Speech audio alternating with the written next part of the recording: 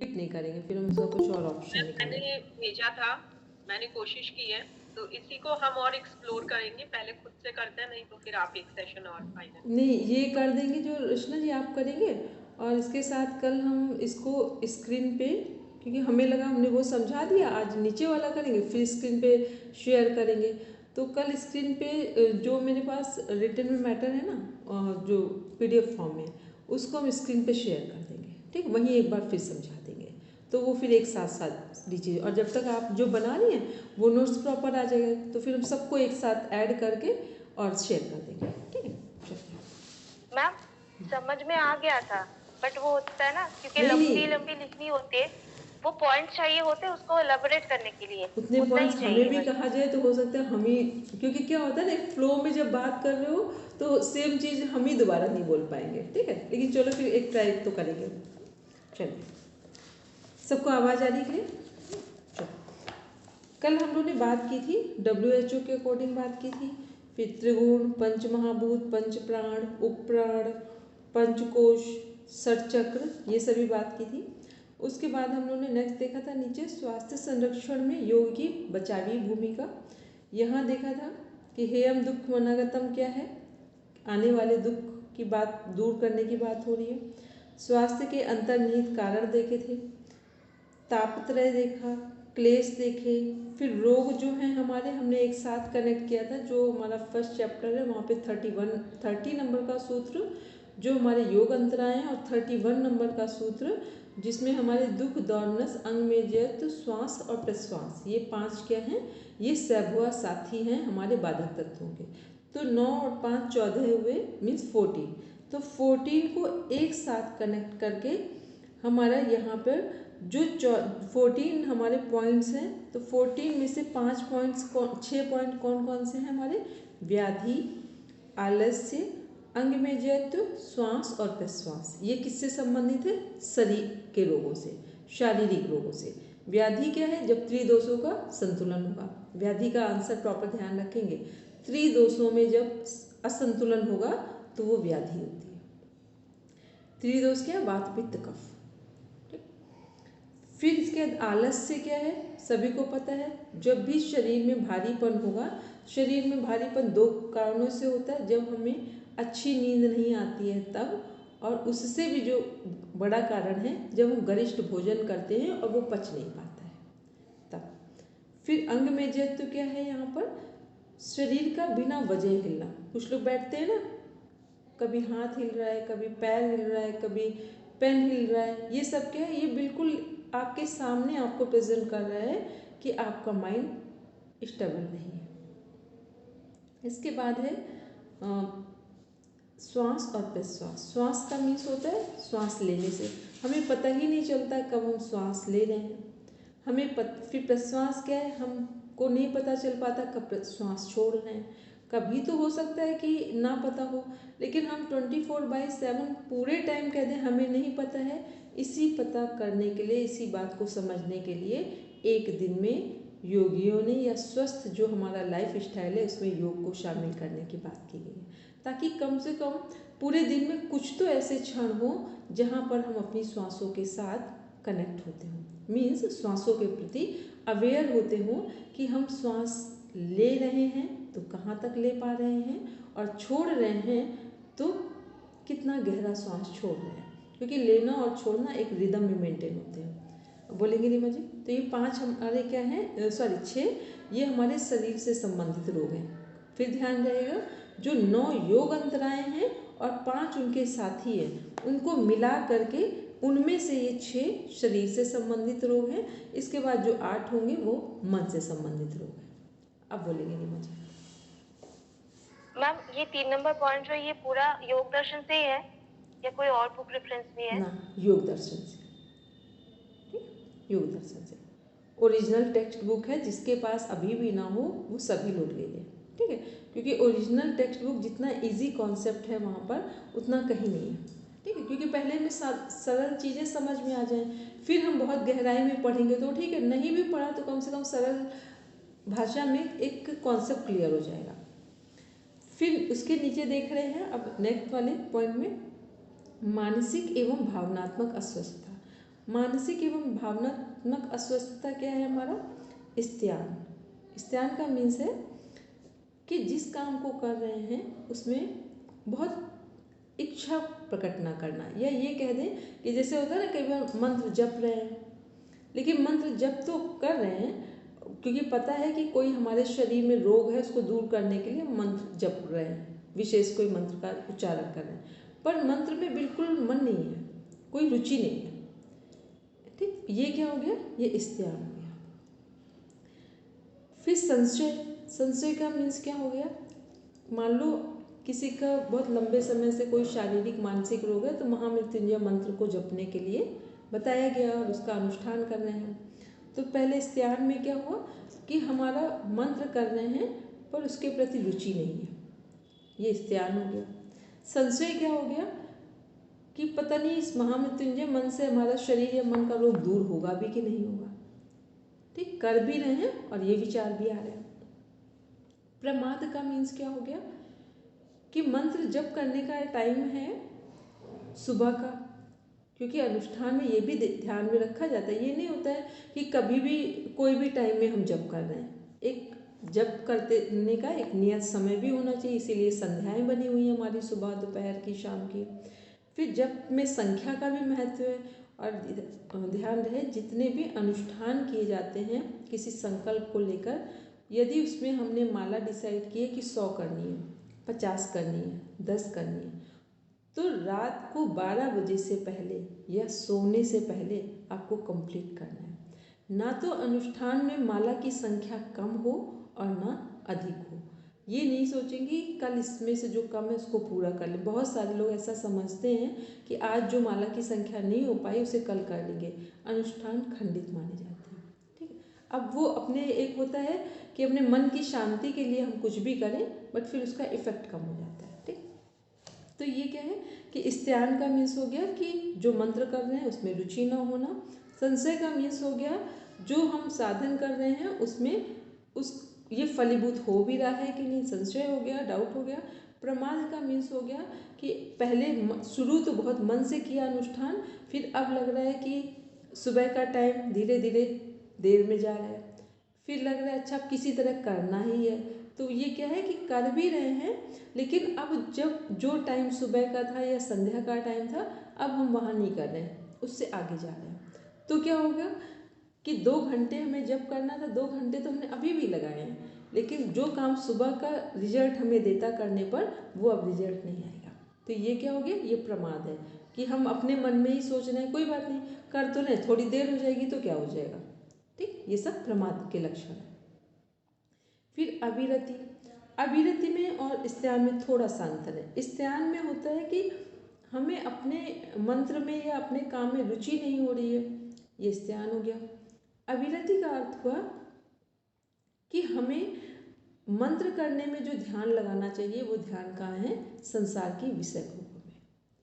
ठीक, ऐसा लगता है इस टाइम हम कुछ और भी कर सकते थे। ठीक, तो वही मंत्र भी चल रहा है, लेकिन मंत्र मुख से बोल रहे हैं, माला भी चल रही है, सब कुछ चल रहा है, लेकिन पूरा ध्यान कहाँ है? मंत्र से दूसरी जगह पर है। तो ये हो गया अविरति। ठीक, स्त्यान में कहीं ध्यान नहीं है, लेकिन जिसमें कर रहे हैं उसी में कोई हमें आनंद नहीं आ रहा है। लेकिन अविरति में क्या है? काम पूरा कर रहे हैं, लेकिन यहाँ पे क्या है? पूरा जो हमें मान लो अभी माला करते करते हमें बिल्कुल खाने में इस तरह का लग रहा है कि जो खाना भोजन है उसका स्वाद भी आने लगा हमारे मुख में। बहुत बार ऐसी स्थिति होती है। ठीक, तो ये सब क्या? ये अविरति में चला जाएगा कि अपने से अपने जो काम हम कर रहे हैं, अविरति में जो उसमें आनंद नहीं आ रहा, अब दूसरी चीज़ों में आनंद आ रहा है, दूसरी तरफ मन हमारा डाइवर्ट हो रहा है, जिसे बोलेंगे अक्लिष्ट वृत्ति कहाँ जा रही? क्लिष्ट की तरफ जा रही है। क्योंकि जो काम हम योग में कर रहे हैं वो निश्चित ही अक्लिष्ट होगा। ठीक है, क्लिष्ट का मीन्स हो गया कि उससे हम थोड़ा सा बाहर जा रहे हैं। फिर भ्रांति दर्शन क्या हुआ? भ्रांति दर्शन थोड़ा सा और डिफरेंट हो गया।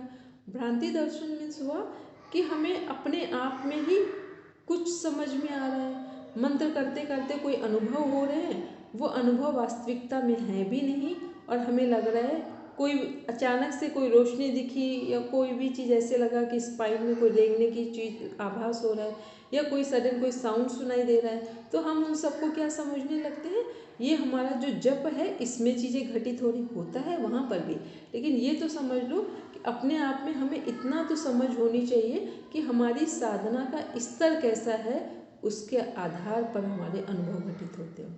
अब कोई व्यक्ति कह दे कि हम झूठ भी बोलते हैं और हमें आध्यात्मिक अनुभव हो रहे हैं, मतलब ये ऐसा झूठ है कि जिसमें आप यस और नो नहीं कहेंगे, कंप्लीट नो बोलेंगे, ठीक है, क्योंकि ये सब चीज़ें क्या है, योग का मार्ग है पूरा सरेंडर होने वाला, यहाँ इफ बट नहीं होता है, यहाँ यस होगा या फिर नो होगा।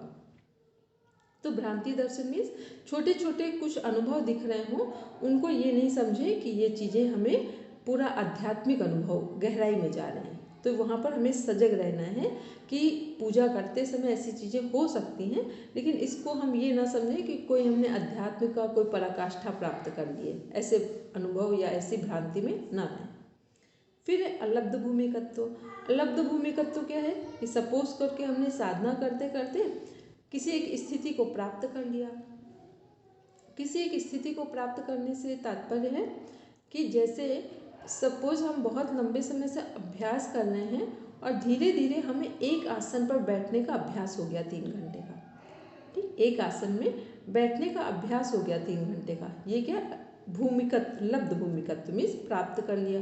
अब अलब्ध का मीन्स हुआ कि जिस आसन में 3 घंटे बैठने का जो अनुभव हमने प्राप्त किया या जो हमारी प्रैक्टिस हो गई, धीरे धीरे करके किसी कारण से फिर हमें आलस्य आने लगा और हमने महीनों उस काम को छोड़ दिया। पहले पूरी प्रैक्टिस हुई, उस अनुभव में उपलब्ध हुए और फिर हमने महीने भर 15 दिन या तो हमने प्रैक्टिस छोड़ दी या तो हमने अनुचित खान पान स्टार्ट कर दिया, लोगों की ऐसी संगति में चले गए कि जहाँ पर लोग साधना के मार्ग से बहुत दूर दूर थे। तो ऐसी स्थिति में क्या होगा कि अब हमें जो हमने प्राप्त किया था, अलब्ध भूमिकत्व मीन्स क्या हुआ कि पहले तो प्राप्त नहीं हो रहा था, ठीक, अब अलब्ध भूमिकत्व तो अनावस्थित तत्व दोनों को एक साथ कोरिलेट कर रहे हैं, तो जल्दी से समझ। तो इसमें क्या हुआ कि जब हमने प्राप्त कर लिया तो ये हमने उपलब्धि हो गई, ठीक, तो उपलब्धि होना एक बात है, एक तो उपलब्धि होना और दूसरा हमें बहुत प्रयास के बाद उपलब्धि ही नहीं हुई।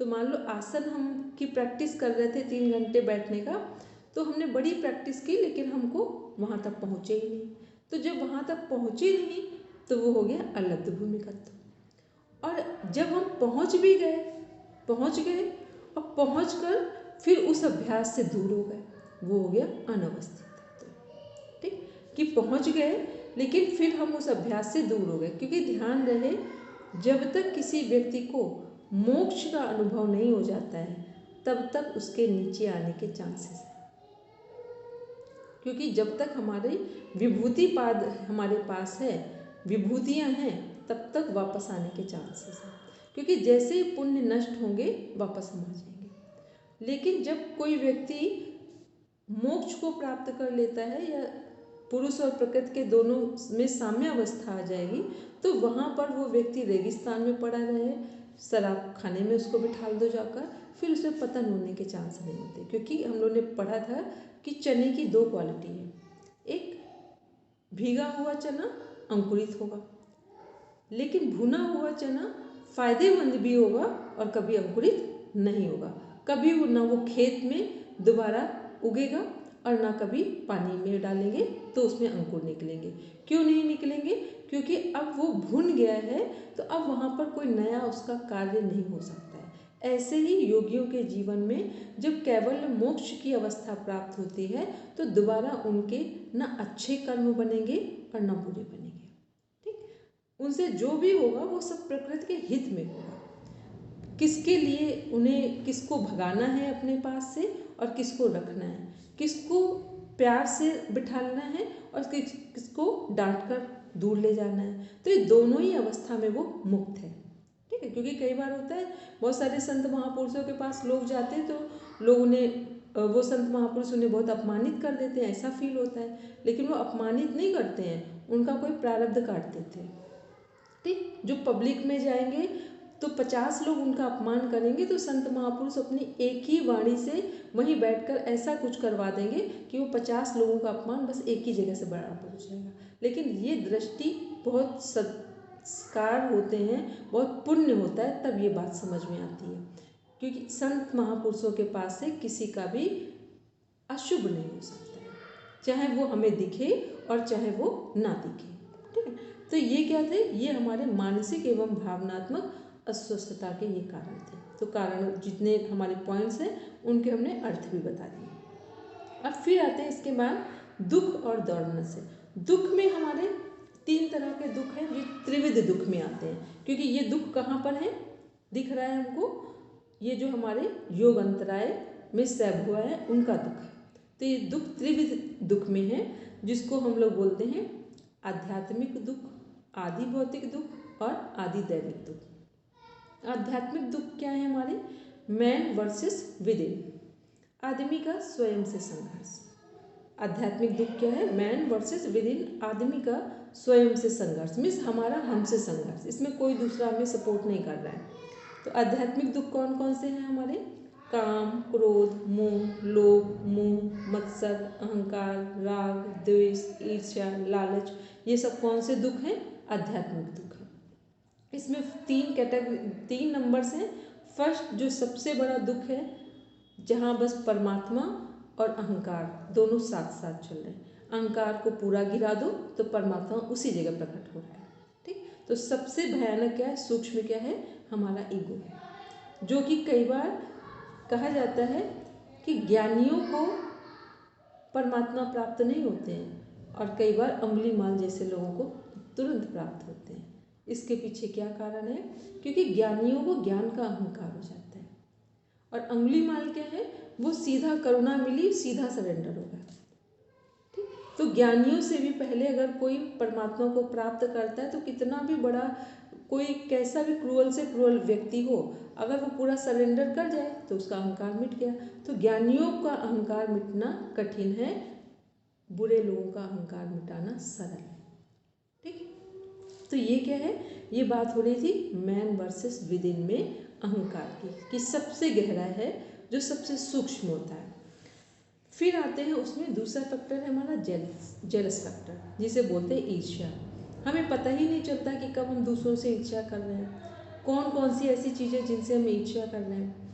और जबकि है क्या, ईर्ष्या के लिए सबसे अच्छा जो हमारा रियल पोटेंशियल है वो इस दुनिया में किसी के पास नहीं है। जो हमारे पास है वो किसी के पास नहीं है, और जो दुनिया में सबके पास है वो मेरे पास नहीं है। तो जब बिल्कुल क्लियर है तो फिर कंपेयर किस बात का, और जहाँ कंपेयर नहीं होगा वहाँ ईर्ष्या नहीं होगी। जहाँ तुलना होती है वही ईर्ष्या होती है, जहाँ कोई कंपेयर नहीं वहाँ ईर्ष्या नहीं होगी। वहाँ आप अपनी योग्यता को बढ़ाने में 100% योगदान देंगे। और जैसे ईर्ष्या आएगी इसमें क्या होगा कि जो हमारा अपना हुनर भी है वो भी डंप होता जा रहा है, क्योंकि हमें पता ही नहीं, हम दूसरों को देख रहे हैं और जिसको देखेंगे उसी का विकास होगा। ठीक, कई बार हम लोग बोलते हैं ना, उसका ऐसा क्यों हुआ, उसका ऐसा, क्योंकि रात दिन उसी के गुण गा रहे हैं तो उसी का तो विकास होगा। जब अपने ऊपर ध्यान देंगे तो हमारा विकास होगा, जब हम दूसरों को देखेंगे तो दूसरों का विकास होगा। इसीलिए लोग बोलते हैं ना कि वो नंबर 2 का पैसा कमाते, देखो वो दिन रात तरक्की कर रहे हैं, आशीर्वाद तो हम ही दे रहे हैं। आशीर्वाद कौन दे रहा है, हम ही दे रहे हैं। और हम क्या कह रहे हैं, हम कुछ भी करते हैं तो हम बेकारी जीवन जी रहे हैं, ये भी हम ही दे रहे हैं आशीर्वाद। मतलब हम अपनी वाणी से अपने को डिमोटिवेट करेंगे, दूसरों को मोटिवेट करेंगे, तो जो हम कर रहे हैं उसी का परिणाम हमारे सामने है। तो करना क्या है कि जो चाहिए वो खुद को देना शुरू करें, नहीं चाहिए तो कोई बात नहीं। ठीक है, तो ये क्या है, ये हमारा जो मैन वर्सेस विद इन की बात की है, आदमी का स्वयं से संघर्ष है, उसके बारे में हम लोग बात कर रहे हैं। फिर थर्ड है हमारा लोभ। लोभ इतना सूक्ष्म होता है कि पता ही नहीं चलता है कि हमें किस चीज़ से इतना प्रेम होता है। कई बार लोगों को अपने बच्चों से बहुत प्रेम होता है, प्रेम जरूर करना लेकिन उनमें आसक्ति रख के नहीं। हर दिन हमें पता होना चाहिए और प्रार्थना करनी चाहिए कि हम भी ईश्वर के बच्चे हैं और हमारे बच्चे भी ईश्वर के बच्चे हैं। ना हम उन्हें पाल रहे हैं ना कोई हमें पाल रहा है। ठीक, सब एक दूसरे का निमित्त बने हैं, लेकिन एक दूसरे के बिना सबका जीवन चलेगा। तो ये क्या है, ये हर दिन हम लोग मुक्त होकर जीवन जी रहे हैं। अदरवाइज क्या होगा कि ऐसा लगेगा कि हम ही सब कुछ कर रहे हैं, हम नहीं होंगे तो कुछ नहीं होगा। तो ये सब क्या है, ये लोभी वाली प्रवृत्ति है जो कभी हमारे बच्चों को लेकर, कभी हमारा घर, कभी हमारी पोस्ट, कभी हमारी हेल्थ, कभी हमारी वेल्थ, ये सब नेम फेम मनी पैसन, इन सब में अपना अधिकार जमाने का सूक्ष्म रूप से एक लालच पैदा करता है। तो ये लोभ वाली वृत्ति भी हमारे मैन वर्सेस विदिन में डेंजर जोन में है। बाकी सभी हैं, लेकिन अहंकार, ईर्ष्या और लालच ये तीन बहुत डीप में हैं, जिसमें हमें सामने हमेशा लगता है कि नहीं नहीं हम तो बहुत अच्छे हैं। ना तो ईर्ष्या दिखाई दे रही है हमारी, ना अहंकार दिखाई दे रहा है, ना लोभ दिखाई दे रहा है। ठीक है, फिर इसके बाद आते हैं नेक्स्ट, देखते हैं हम लोग दुख में। नेक्स्ट है हमारा, पहले आध्यात्मिक दुख की बात की, फिर दूसरा है हमारा मैन वर्सेस विद मैन। और तो मैन वर्सेस विद मैन में हमारा क्या है, आदमी का आदमी से संघर्ष है, आदमी का आदमी से संघर्ष, और इसमें जीव और जंतु भी आ जाते हैं हमारे। तो आदमी का आदमी से क्या है कि कई बार होता है कि हम रास्ते जा रहे हैं, किसी व्यक्ति से हमें चोट लग गई, कई बार जानबूझ के किसी ने हमको चोट मार दी। ठीक है, ये भी प्रॉब्लम हो सकती है। फिर जीव जंतुओं का क्या है, उनसे भी कई बार हानि पहुंच जाती है, क्योंकि और मोस्टली होता ये है, रेयर की बात नहीं कर सकते, जितने जीव और जंतु जब हमें कोई नुकसान पहुंचाते हैं वो अपनी सुरक्षा में पहुंचाते हैं। उन्हें भय लगता है जब हमसे, तो ऐसा करते हैं, अदरवाइज वो ऐसा नहीं करेंगे। तो लेकिन है तो सही कि हम लोग फेस कर रहे हैं। फिर और चीज़ें देख लो जहाँ हमारा कोई रोल नहीं है, तो मच्छर हो गए। ये सब कैसे हैं, जो एक प्रकृति में सभी जगह हैं। हम लोग बड़े से बड़े, कोई व्यक्ति ये सोचे कि हमारे पास बहुत सुविधाएं हैं, तो मच्छरों के लिए सब रास्ते खुले हैं, तो वो कहीं पर भी आ जाएंगे। तो ये क्या, जीव जंतु भी इसमें शामिल है। तो इनसे कई बार बहुत गहरा नुकसान होता है, और कई बार ऐसा नुकसान है जिसको हर दिन हम फेस कर रहे हैं। ठीक, तो ये मैन वर्सेस विद मैन में हुआ। उसके बाद आते हैं last, man versus with nature. आदमी का प्रकृति से संघर्ष, जो हमारे नेचुरल डिसास्टर्स हैं, वहाँ क्या है, वहाँ हमें ऐसा लगता है, अगर एक प्रॉपर दूरदर्शी बनकर देखेंगे तो लगेगा कि हमारा कोई रोल नहीं है और ना हम उसमें कुछ कर सकते हैं, क्योंकि कहीं भूकंप आ जाए, बाढ़ आ जाए, सुनामी, कोई लहर आ जाए, या आंधी तूफान, ऐसे कितने सारे अक्सर हर साल आते हैं, कहीं ना कहीं आगजनी हो जाए, तो वहाँ पर हम लोग कुछ नहीं कर सकते। लेकिन ये सब चीज़ें जो घटित होती हैं, इसके पीछे आदमी की ही एनर्जी लगी होती है। बहुत दिनों से प्रकृति का जब दोहन हो रहा होता है, तो एक साथ एक जगह पर रिजल्ट दिखाई देते हैं। बस होता ये कि जब व्यक्ति दोहन कर रहा होता है तो प्रकृति चुप होती है, फिर जब प्रकृति नुकसान पहुंचाती है, फिर आदमी को चुप ही होना पड़ता है। ठीक, फिर वहाँ यहाँ तक कि जो बैंक और LIC जैसी स्कीम भी हैं, वो भी इस मामले में जीरो होती है। वहाँ पे भी लिखा है कि ऐसी कंडीशन में कोई जिम्मेदारी नहीं है। ठीक है, तो ये क्यों है, इसका मतलब अब व्यक्ति पूरी तरह फेल हो गया है, तो वहाँ पर व्यक्ति का कोई रोल नहीं। तो ये हमारे क्या है, दुख है तीनों। फिर हम लोग देखते हैं दौर्मनस्य क्या है। दौर्मनस्य में हमारा आता है कुंठा, फ्रस्ट्रेशन। ठीक, कुंठा एक ऐसी चीज़ है जिसमें बड़े और छोटे का कोई मतलब नहीं है। हो सकता है किसी, हम कई बार देखते हैं, हम लोग बच्चों की बात करते हैं अगर कुंठा में, कि एक छोटा बच्चा है, उसको अगर 1 रुपये की टॉफ़ी चाहिए, हो सकता है एक छोटा सा, उसको कोई घर में एक छोटा सा कटिंग पेपर का चाहिए, वो उतने के लिए, कई बार होता है बच्चे, हम लोग खाना बना रहे होते हैं, उनको वो आटे का थोड़ा सा रोल बना के दे दो, वो उतने में ही प्रसन्न है, और उतना ही ना मिले तो पूरे घर में ऐसा लगता है भूचाल आ गया। तो इसका मतलब है कि फ्रस्ट्रेशन का जो कारण है वो बड़ी और छोटी चीज़ों से नहीं है, वो पसंद की चीज़ों पर डिपेंड करता है। फ्रस्ट्रेशन कि जो हमें पसंद है वो नहीं मिला, तो उसके बदले में हमें कितनी भी बड़ी चीज़ मिल जाए तो वो हमें पसंद नहीं आ रही है। तो फ्रस्ट्रेशन में वो किसी के साथ भी हो सकता है। ऐसे ही साधना जगत में जब हम लोग साधना कर रहे होते हैं तो कई बार फ्रस्ट्रेट होने लगते हैं कि हम लंबे समय से साधना कर रहे हैं, हमें इसका रिजल्ट नहीं मिला, और सामने वाला व्यक्ति अभी बस थोड़े दिन साधना किए हुए टाइम हुआ है इसका, उसकी सारी चीज़ें अच्छी होगी। कई बार लगता है हम लंबे समय से पढ़ाई कर रहे हैं, सामने वाले ने अभी 2 महीने तैयारी की, JRF निकाल लिया उसने। ठीक, तो फ्रस्ट्रेशन क्या है, बड़ी छोटी छोटी चीज़ों का है, क्योंकि यहाँ योग की बात हो रही है, तो यहाँ पर योग में चॉकलेट, और ये तो उदाहरण के लिए बताया, तो यहाँ क्या है कि जो साधना जगत में कर रहे हैं वहाँ हमें फ्रस्ट्रेट होते हैं कि जो हम कर रहे हैं उसका परिणाम अभी तक क्यों नहीं मिला और सामने वाले को इतनी जल्दी परिणाम क्यों मिला। तो ये क्या है, ये है फ्रस्ट्रेशन। और जैसे ही साधना में परिणाम को ध्यान में रख लिया जाता है कि परिणाम क्यों नहीं मिला, अब परिणाम बिल्कुल नहीं मिलेगा। ठीक, साधना में क्या ध्यान रखा जाता है कि हम कितने समर्पण से साधना कर रहे हैं। दो चीज़ें होती हैं। किसी व्यक्ति को कहा गया कि आप JRF ये JRF का एग्ज़ाम देंगे, नेट या JRF का देने के बाद आपकी जॉब लग जाएगी। यदि ये एग्ज़ाम क्वालिफाइड कर लिया तो जॉब लग जाएगी। अब दो तरह के लोग होते हैं। एक वो लोग हैं जो रात दिन एक चिंतन कर रहे हैं कि JRF होने के बाद जॉब कैसी लगेगी, कहाँ लगेगी, कितने रुपए मिलेंगे। एक वो लोग हैं जो ये चिंतन करते हैं कि जॉब के बारे में हमें कुछ नहीं सोचना है, हमें तो सीधा JRF निकालना है। ठीक, ऐसे ही संसार में हार और जीत चल रही है। अब लोगों को क्या लग रहा है कि तैयारी तो दोनों कर रहे हैं। एक क्या सोच रहा है कि JRF के बाद जॉब कैसी होगी, एक सोच रहा है कि जॉब की तो बात छोड़ो, जब JRF से ही जॉब मिलनी है तो जॉब को हम क्यों सोचेंगे, हम केवल JRF के बारे में सोचेंगे। क्योंकि जॉब के बारे में सोचेंगे तो एनर्जी उधर डाइवर्ट हो जाएगी और केवल JRF के बारे में सोचेंगे तो क्या होगा, तो एनर्जी हमारी वन भी आ जाएगी। तो जो लोग JRF के बारे में सोचेंगे वो लोग जॉब भी प्राप्त करेंगे। जो केवल जॉब देख रहे हैं JRF से, वो क्या होगा, जब JRF ही नहीं हुआ है तो जॉब कहाँ से प्राप्त करेंगे।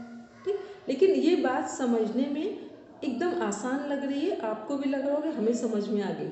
ठीक, लेकिन जब ध्यान से देखेंगे सफलता और असफलता इन्हीं बातों पर टिकती है कि लक्ष्य को देख रहे हैं या लक्ष्य को के बाद क्या होगा उसे देख रहे हैं, या लक्ष्य को पहले पूरा कर लिया जाए उसे देख रहे हैं। तो जिसको देख रहा है, तो ये सब क्या है, ये सब हमारे दौर्मनस्य में आएंगे कि जो हमें चाहिए सिर्फ पहले हम उस पर नज़र रखें। ये कुंठित ना हो लेकर कि हमें क्यों नहीं मिला, उसको क्यों मिल गया, इसको क्यों मिल गया, ऐसे क्यों नहीं हुआ, वैसे क्यों नहीं हुआ। बस एक बार डिसाइड कर लो कि हमें क्या चाहिए, किस काम के लिए हमने शुरुआत की है। जिस काम के लिए हमने शुरुआत की है उसको शिद्दत से करेंगे। इसीलिए इसका एक जो सूत्र है 14 नंबर का, सतु दीर्घकाल निरंतर राया सत्कारा सेवितो दृढ़ भूमि। जिसके जीवन में ये 4 चीज़ें हैं तो ही समझें कि हम अपने लक्ष्य को प्राप्त कर सकते हैं। अदरवाइज फिर एक दूसरा कॉन्सेप्ट काम करता है, भाग्य और पुरुषार्थ। भाग्य में हो भी सकता है, नहीं भी हो सकता है, लेकिन पुरुषार्थ कभी किसी का खाली नहीं जाता है, क्योंकि पुरुषार्थ से ही नया भाग्य डिज़ाइन किया जा रहा है। तो भाग्य वाले लोगों को उतनी संतुष्टि नहीं मिलती है जितनी पुरुषार्थ वालों को मिलती है, क्योंकि पुरुषार्थ वालों का कॉन्सेप्ट क्लियर है कि क्या करके हम आए हैं। भाग्य से जो व्यक्ति कुछ प्राप्त करता है वो डिफाइन नहीं कर पाता चीज़ों को, लेकिन जो पुरुषार्थ से प्राप्त करता है वो पूरा डिफाइन कर पाता है कि हमने कैसे प्राप्त किया। तो बस इतना ही अंतर है। इसलिए किसी को भाग्य से कुछ मिले तो बहुत चिंतित नहीं हो, क्योंकि पुरुषार्थ से मिलने पर हम उसको समझ पाएंगे, देख पाएंगे। भाग्य से मिलने पर क्योंकि हमने कब पुरुषार्थ किया था हमें याद ही नहीं, उसका भाग्य बनकर आया। लेकिन आज हमने पुरुषार्थ से कुछ मिलेगा तो जहाँ खड़े होंगे वहाँ बात करेंगे, शब्द कैसे भी हो मैसेज पहुँचेगा। क्यों पहुँचेगा, क्योंकि हमें पूरा एक सिनेरियो हमारे आंखों के सामने है कि हम कैसे यहाँ तक पहुँचे। ठीक है, तो क्लियर हो गया ये मानसिक और भावनात्मक की बात क्या चल रही थी। ठीक, और मानसिक और भावनात्मक के बीच में एक अंतर समझ लें। कोई भी काम जब हम लोग कर रहे होते हैं तो संकल्प कहाँ लेते हैं, मन में। संकल्प का स्थान क्या है, मन है। हम लोग पढ़ते हैं मन बुद्धि चित्त अहंकार, तो मन में क्या होते हैं, संकल्प और विकल्प उठते हैं। तो मानसिक जितना कुछ भी हो रहा है यहाँ पे सारे संकल्प और विकल्प कहाँ आ रहे हैं, मन में आ रहे हैं। भावनाएं कहाँ से संबंधित हैं, हृदय से संबंधित है। जब मन के संकल्प हमारे हृदय में पहुंच जाएंगे तो कार्य पूरा हो जाएगा, और जब मन के संकल्प हमारे हृदय में नहीं पहुंचेंगे तो कार्य अधूरा रह जाएगा। क्योंकि जब संकल्प दिमाग से हृदय की ओर जा रहा है तो इसका मतलब है अब काम पूरा होगा, और जब संकल्प केवल दिमाग से दिमाग में ही घूम रहा है तो यहाँ कई बार चांसेस इफ और बट में आ जाएंगे। ठीक, तो ये भावनाएं क्या है, हमारा सबसे गहरा हिस्सा है जीवन का। इसी को बोलते हैं इमोशनल इंटेलिजेंस। तो योग में क्या है, इमोशनल इंटेलिजेंस किसको रिप्रेजेंट कर रहे हैं, ब्रेन और हार्ट दोनों को। केवल हम लोग इंटेलिजेंट होंगे तो भी इनकम्प्लीट है, और केवल इमोशनल होंगे तो भी इनकम्प्लीट है। लेकिन जब इमोशनल इंटेलिजेंसी की बात करते हैं तो योग पूरा किस पर डिपेंड करता है, क्या हमारा डेवलप करता है, इमोशनल इंटेलिजेंस पर।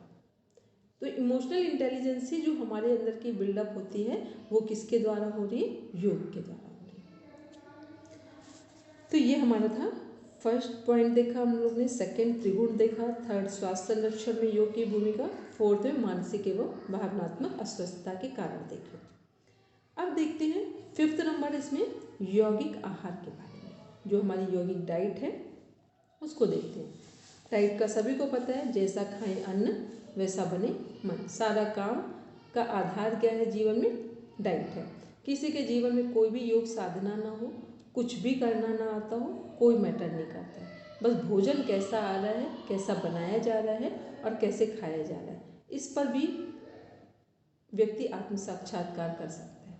ठीक है, तो भगवान जो हमारा वरुण और भृगु जी के बीच में जो संवाद है वो इसी बात पर है कि केवल अन्न से भी परमात्मा को पाया जा सकता है। तो कल हम लोगों ने बात भी की थी पंचकोश की, कि कैसे अन्न से हम लोग आनंदमय कोश को विकसित कर सकते हैं।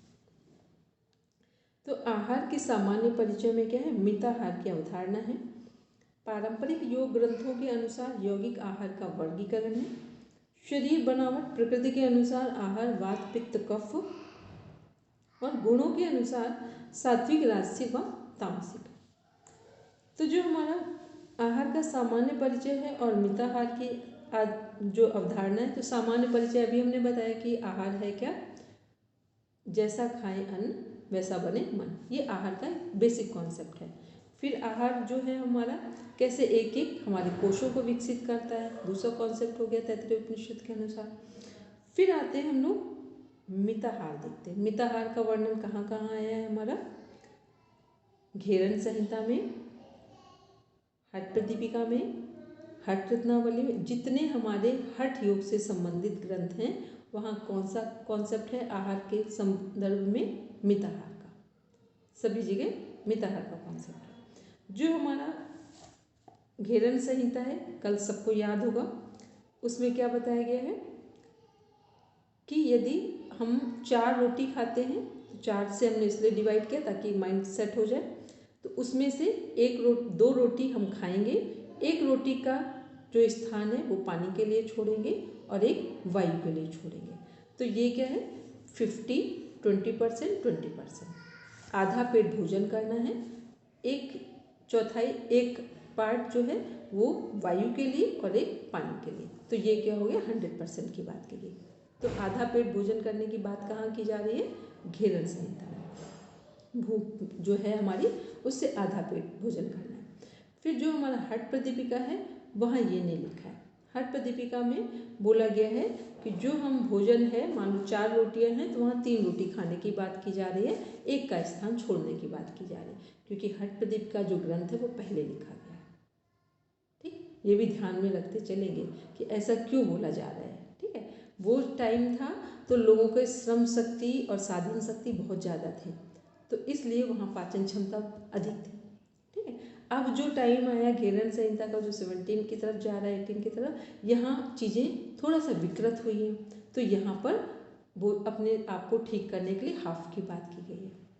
ठीक, और जो अभी का जो कॉन्सेप्ट है बिल्कुल नेचुरोपैथी पर जो अभी काम हो रहा है, वहाँ क्या है कि व्यक्ति को जितना फास्ट ठीक होना हो उतनी जल्दी वो भोजन को कम करे या भोजन करे ही ना, वो फ्रूट डाइट पे आ जाए, और फास्ट ठीक होना जूस पर आ जाए।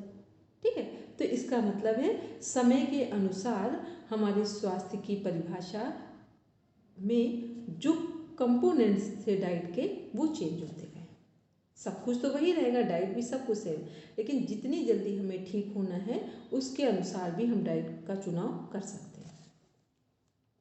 इसके बाद हम लोग बात कर रहे हैं, ये हो गया हठ प्रदीपिका में और घेरन संहिता में। हठ प्रदीपिका और घेरन संहिता का आप लोगों को श्लोक जो PDF है उसमें दिया हुआ है, अब हम जब कल शेयर करेंगे आराम से पहले इतना सब काम कर देना, और जब रचना जी आप बनाएंगे नोट्स जहाँ पर, वहाँ सुस्निग्ध शिव संप्रीति वाला वो श्लोक लिख देंगे हटपदीपिका से, और घेरन संहिता का भी उठा लेंगे, ताकि एक ही जगह समझ में आ जाए कि भगवान शिव को समर्पित करके भोजन करने का एक क्वेश्चन है प्रॉपर, वो किस में है, तो हठ योग में केवल हटपदीपिका में है, ठीक है।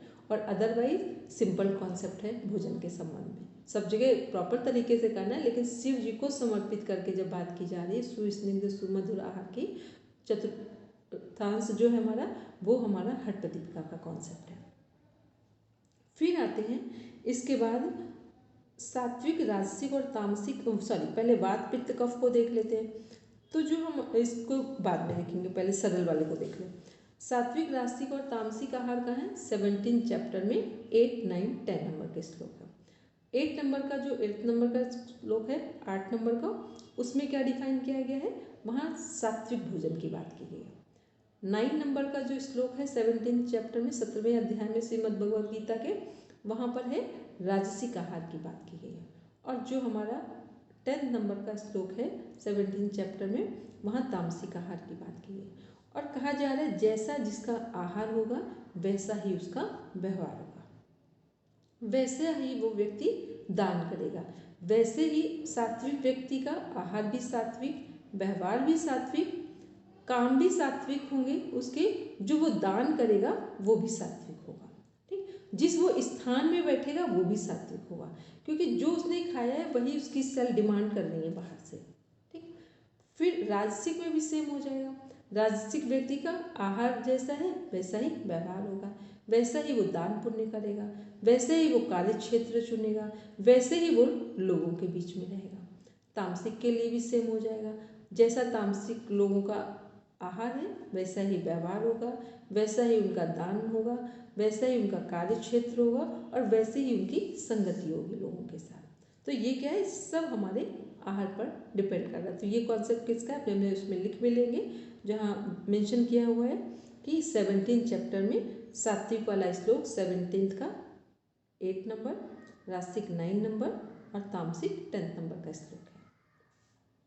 मैम दान को डिफाइन करेंगे प्लीज, क्या दान करेंगे? जैसे सात्विक लोग दान करेंगे तो क्या दान करेंगे, विद्या का दान करेंगे, ठीक। कोई योग्यता दान करेंगे, साधना के बारे में अगर मान लो अभी हम आपको कुछ बताएं तो हम क्या बताएंगे, हम आपको कहेंगे कि रीमा जी ऐसी साधना कर लो, ऐसे पढ़ाई कर लो, कुछ ऐसी चीज़ें बताएंगे, मेडिटेशन कर लो, प्राणायाम कर लो। राजसिक लोग होंगे वो आपको दूसरे कुछ वो कहेंगे, थोड़ी देर जिम भी चले जाओ, ठीक है, थोड़ी देर लोगों के साथ मिक्स हो जाओ जाकर, और बहुत सारी चीज़ें। और तामसिक लोग होंगे वो कहेंगे अच्छा बहुत परेशान हो, चलो सब लोग वाइन ले लो चल के आराम से, ठीक। वो भी तो एक अरे अपने आप को फ्रेश करने का वो भी तरीका है, ठीक है। राजसिक को नींद नहीं आएगी वो कहेंगे टेबलेट ले लो, तामसिक को नींद नहीं आएगी वो ड्रिंक कर लो, और सात्विक को नींद नहीं आएगी वो सोचेगा कहीं कुछ गड़बड़ तो नहीं, तो सही से प्राणायाम कर लें, ध्यान कर लें, कुछ अच्छी बुक्स पढ़ लें, ताकि जो तनाव हमारे अंदर भर गया है, जो गलतियाँ हुई हैं उनको समझ के क्षमा करके बाहर आए। क्लियर हो गया?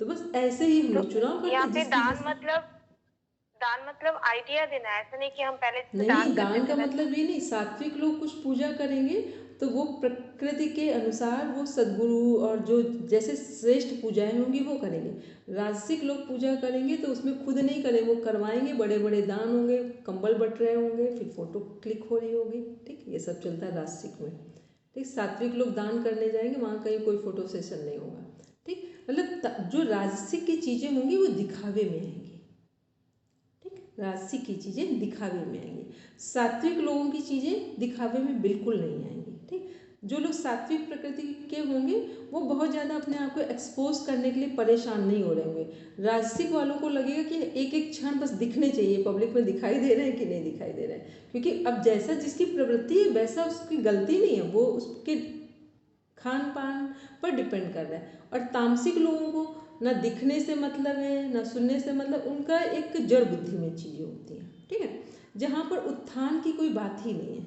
राजसिक वाले उनसे काफ़ी अच्छे, क्योंकि राजसिक बीच में है, वो सात्विक से भी प्रभावित है और तामसिक से भी प्रभावित है, ठीक। राजसिक वाले लोग ड्रिंक भी कर रहे होंगे, बहुत सारी चीज़ें भी होंगी जो तामसिक प्रकृति की हैं, लेकिन फिर उनके अंदर एक पक्ष ये भी है कि हमें पूजा पाठ भी करना है, करवाना है, कोई श्रेष्ठ जगह है वहाँ जाके नमन भी करना है। ये सब रास्तिक वालों में चलता है, वो दोनों साइड से प्रभावित होते हैं। तो ये क्या हो गया हमारा प्रकृति की बात की, ये भी भोजन पर डिपेंड कर रही है क्योंकि आहार की बात करें। फिर आते वात पित्त कफ में।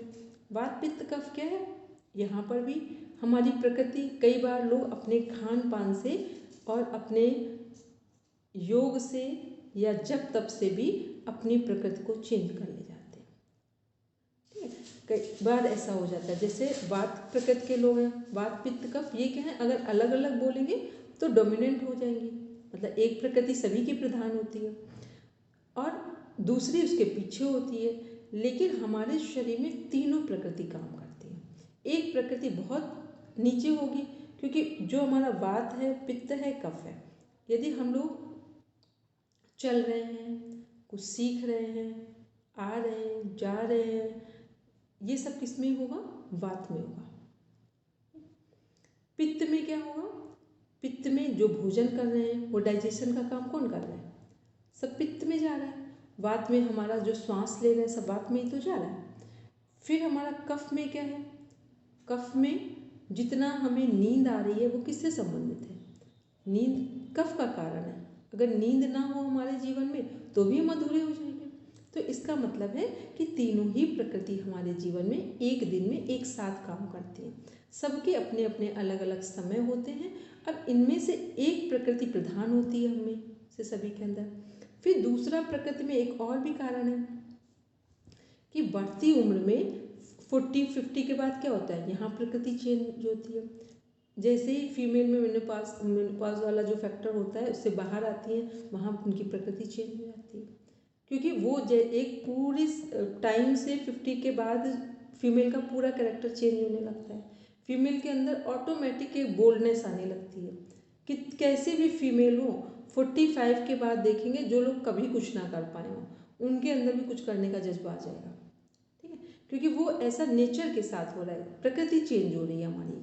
तो ये क्या है, वात पित्त कफ तीनों ही हमारे अंदर है, जैसे सतोगुण रजोगुण तमोगुण तीनों हमारे अंदर हैं, इन द सेम वे वात पित्त कफ पे है। ठीक है, तो ये अब हम लोग इसको डिफाइन करेंगे कल। अब किसी का कोई क्वेश्चन हो, बस 2 मिनट और हम क्लास लेंगे, 6-5, क्योंकि हमने लेट ज्वाइन किया था, बस वो क्वेश्चन कंप्लीट करेंगे तो इसको बुक रेफरेंस बता दीजिए ना, यौगिक आहार वाला पॉइंट का बुक। यौगिक आहार वाला एक बुक है हमारी घेरन संहिता, एक बुक है हठ प्रदीपिका, और एक बुक है श्रीमद् भगवद गीता, और एक बुक है हमारी आयुर्वेद की स्वस्थ व्रत। पहला 3 तो पता है, वात का पित्त एक होता है ना कि जो यहाँ पे भी है हमारी कैरेक्टर कैसी होती है, बीमारी कैसी होती है, वो हठ योग में मिल जाएगा। नहीं है, ठीक, वो आयुर्वेद का पार्ट है। कल हम उसे डिफाइन करेंगे। ठीक है, कल हम प्रॉपर डिफाइन करेंगे क्योंकि ये थोड़ा सा बड़ा पॉइंट है, इसमें बोलेंगे। पूर्णा मैम कुछ कह रहे हैं? देख, कल जो हमने प्रैक्टिस की थी ना, उसमें एक तो पंचकोश थोड़ा सा और मेरे को एक्सप्लेन करना है, करके बता दीजिए। और एक जो हम उप प्राण की बात करते हैं, उनकी पोजीशन क्या है और उनका काम क्या है, वो 2 चीजें ना मतलब कंफ्यूजन हो जाता है कई बार। कंफ्यूजन नहीं, हम उसको रिटर्न में आपको भेजेंगे। ठीक है, तो वहाँ कंफ्यूजन कोई भी नहीं रहेगा। ठीक है, ठीक है। हाँ, तो वो क्या होगा, उसको फाइनल आप रख भी लेंगे क्योंकि कुछ चीज़ें इंपॉर्टेंट होती हैं। ठीक है, तो उनको अलग करके रख लेंगे और बोलेंगे। और किसने हैंड रेज किया था? दिव्या बोलो। मैम, ये जो चक्रों के रंग होते हैं जो रचना दी ने बताए, ये तो पता थे, लेकिन मैम जो घेरन संहिता में दिए हैं वो थोड़े से डिफरेंट है, तो मैम सही कौन सा है ये? नहीं, इसमें देखो एक चीज़ ध्यान रखना, कल उसको डिस्कस करेंगे। चक्रों के रंग और जो उसमें हमारी पंखुड़ी हैं जो तत्वों से कनेक्ट कर दी जाती हैं, वहाँ रंग के साथ अंतर आता है।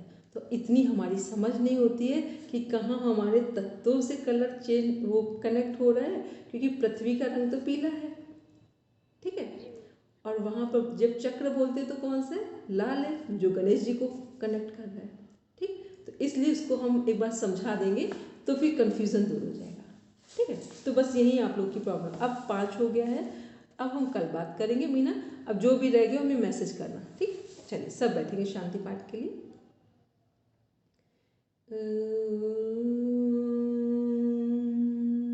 शांति शांति